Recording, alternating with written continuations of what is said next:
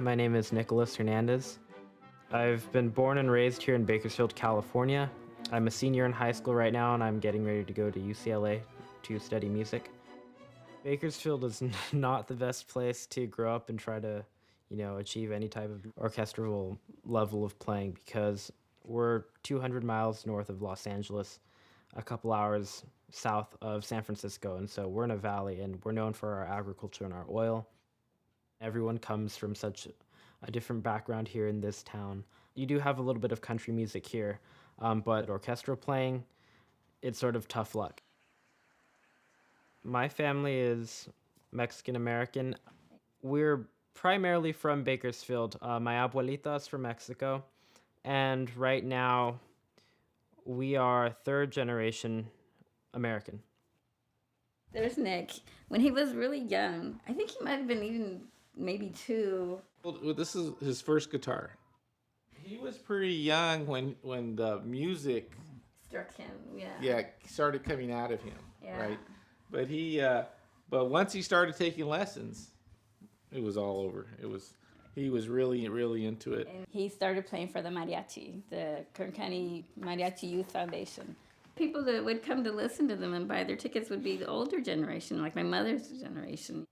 I think it's definitely difficult to convince your parents that you want to go into music, especially after they've worked so hard for 2 generations to sort of put you in a great place, and then you tell them you want to take a really risky career path. I remember getting up in the morning and having my PE clothes on, and then my backpack, and then my gym bag over my backpack, and then the bass out in front. And then... Man, I wish I took a picture of that. And then it's just awful. It was awful going in the morning in the winter and then coming back in August or September. Yeah.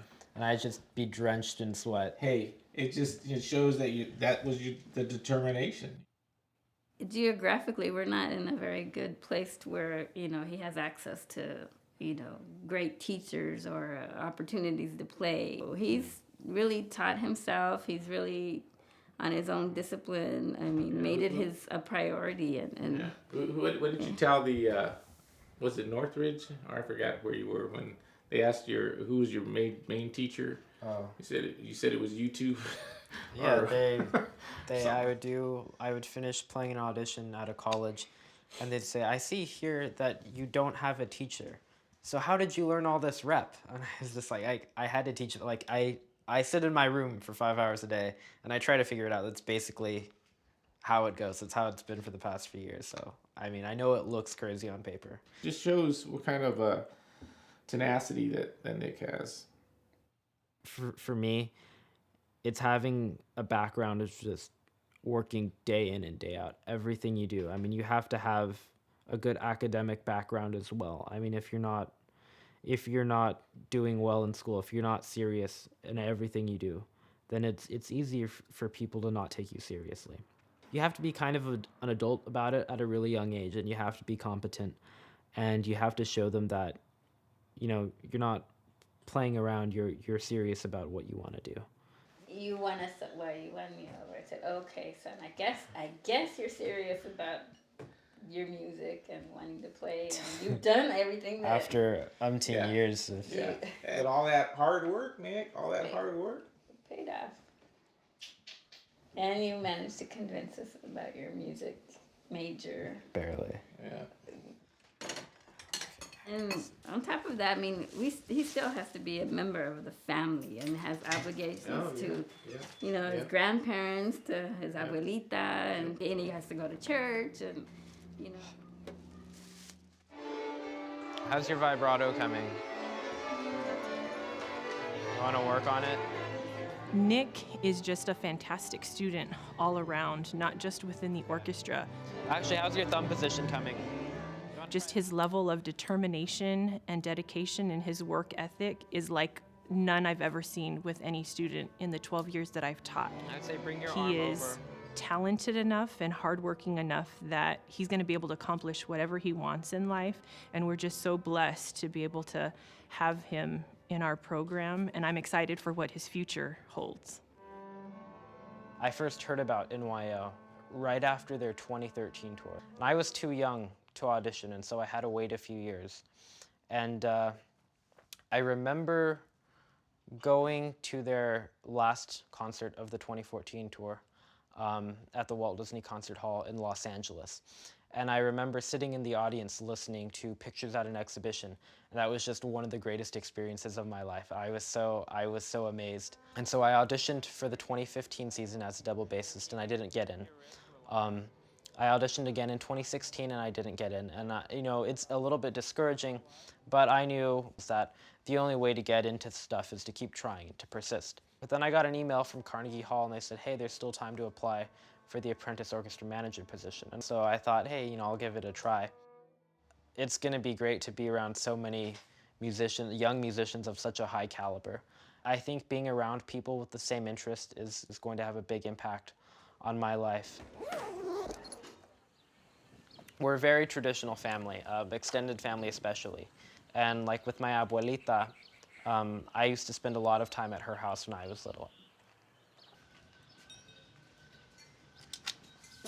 Hola, abuelita. ¿Cómo están? Bien, ¿y usted? My family was a migrant family, my mother especially.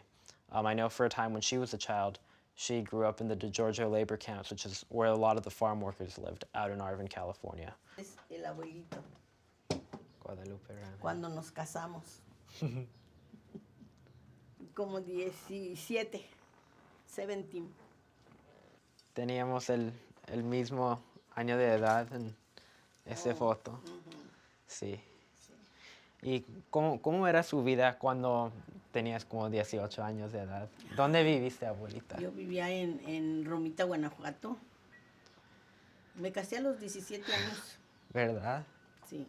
Wow, she was married at 17. Pues platícame de cuando viniste a los Estados Unidos con mi abuelito y cómo fue todo eso, dónde vivieron y dónde trabajaron y cómo fue la vida. Oh, pues cuando vinimos, que fue en 1954, y pues llegamos a un pueblito que se llama Lamont, que está adelante. Ahí duramos sería como un año viviendo. Después ya nos vinimos al DeGiorgio. Ahí le dieron una casa en DeGiorgio para vivir, ahí trabajaba él. Era como un pueblecito así. Y ahí vivimos como 12 años, o 15 por ahí. Entonces ya después cuando empezó la huelga.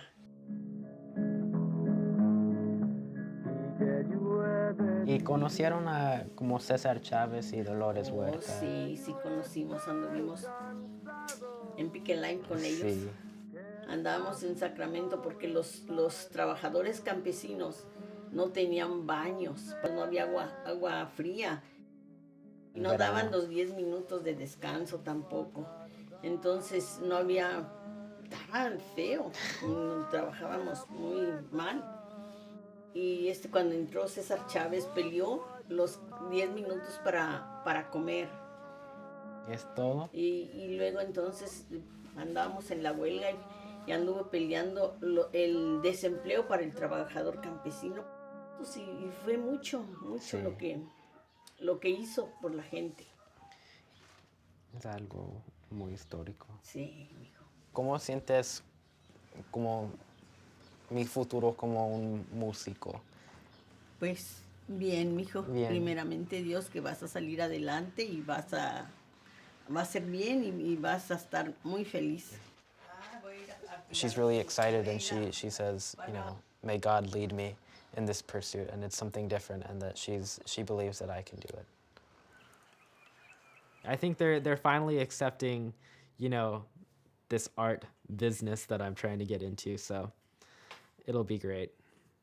And I think for me, this is sort of the first step in my life that I'm taking for me, and I'm sort of moving in that like artistic direction that I've always wanted to go in.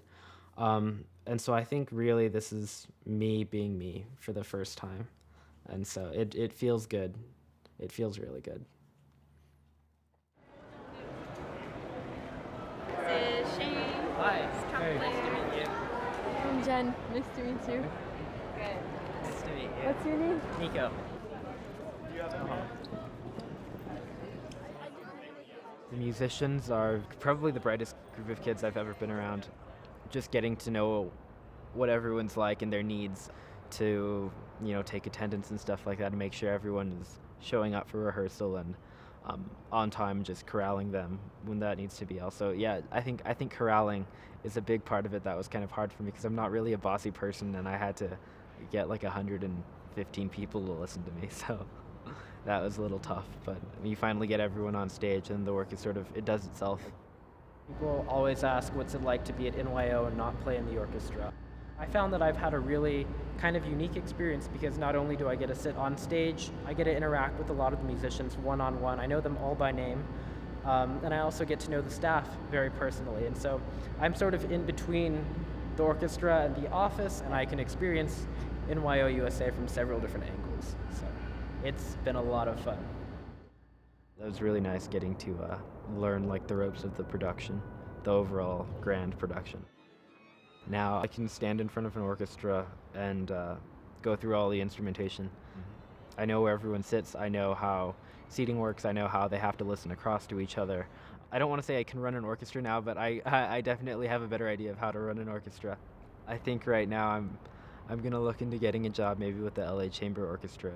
I have to go out and actually put my little bit of knowledge to use. I'm definitely in music for good. I just don't know what path I'm taking yet. One of my abuelita's dreams has always been to take me to Mexico. And so this is sort of me fulfilling her wish. And I know she's really, really proud and happy of that. ¿Cómo está? Muy bien, ¿y tú? Bien. ¿Cómo estás? ¿Cuándo llegaron apenas el lunes? Sí, el lunes y vamos a estar aquí hasta el viernes. Entonces, y luego vamos a Ecuador y luego Colombia y luego my cousins in Mexico, I've always grown up hearing about them, and I guess their life does sound different from my life here, but we're family. A ver, déjame tomar una foto para enseñar a mi abuelita. I think the last time I saw them was when my abuelito died. It's been about 6 years since I've last seen them. I hadn't started junior high yet, and I'm about to start college, so that's kind of crazy.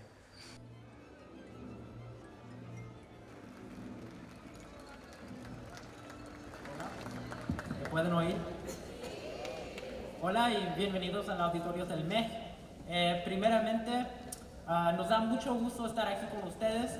Nosotros en la Orquesta Juvenil Nacional Estadounidense hemos tenido un tiempo bien increíble acá en Guadalajara con ustedes. It's been like a dream come true to work with the orchestra and to sort of stand before them each day and make sure they're doing fine and have everything prepared in advance. They're just all insanely great players, and they know how to fix things, they know how to practice. Yeah, the bass section was one of my favorite sections in the orchestra, and I learned by watching. And they're all very, very good mentors. They don't know that. They don't know that yet, but I learned so much just from watching them. They're all amazing people. I think I definitely found some good friends here.